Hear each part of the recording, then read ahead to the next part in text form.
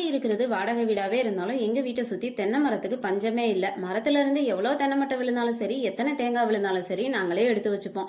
பலா மரத்துல எவ்வளவு பழம் பழுத்தாலும் எங்களுக்கு விருப்பப்பட்டதை நாங்களே கட் பண்ணி சாப்பிட்டுப்போம். வாழைத்தாறு போட்டாலுமே அப்படிதான் நாங்களே வெட்டி எடுத்துப்போம். எங்க ஹவுஸ் ஓனரமா ஒண்ணுமே சொல்ல மாட்டாங்க, ரொம்பவே தங்கமானவங்க. ஆமா, உங்க ஹவுஸ் ஓனரமா எப்படிப்பட்டவங்கன்றத மறந்துடாம கீழே கமெண்ட்ல சொல்லிட்டு போங்க. இந்த அடுப்புல நான் சமைக்க ஆரம்பிச்ச பிறகு நிறைய பேர் நிறைய டவுட் கேட்குறீங்க. உங்க டவுட்டுக்கு எல்லாம் நானுமே ரிப்ளை கொடுத்துட்டே தான் இருக்கேன் கமெண்ட்டுக்கு.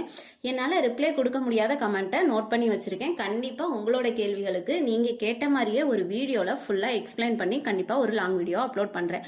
அதுக்கப்புறம் இன்னைக்கு எங்கள் வீட்டு சமையல் ரவா உப்புமா. என் பொண்ணு வளர்ந்துட்டாப்பா, அவெல்லாம் வந்து கிச்சனில் சமையலுக்கு ஹெல்ப் பண்ணவே ஆரம்பிச்சிட்டா. மதியத்துக்கு உருளைக்கிழங்கு பொரியல், சுட சுட சாதம். அதுக்கப்புறம் இந்த வெயிலுக்கு ஏற்ற மாதிரி இதமான சம்பாரம். சம்பாரம்னா வேற ஒன்றும் இல்லைங்க, ஒரு மிக்சி ஜாரில் ஒரு சின்ன துண்டு இஞ்சி, 2 பச்சை மிளகா, கொஞ்சம் மல்லித்தலை, தயிர், உப்பு அதை சேர்த்து நல்லா ஒரு அடி அடிச்சுட்டு அதுக்குள்ளே தேவையான அளவு தண்ணி சேர்த்து கலக்கிட்டா அவ்வளோதான் சம்பாரம் ரெடி.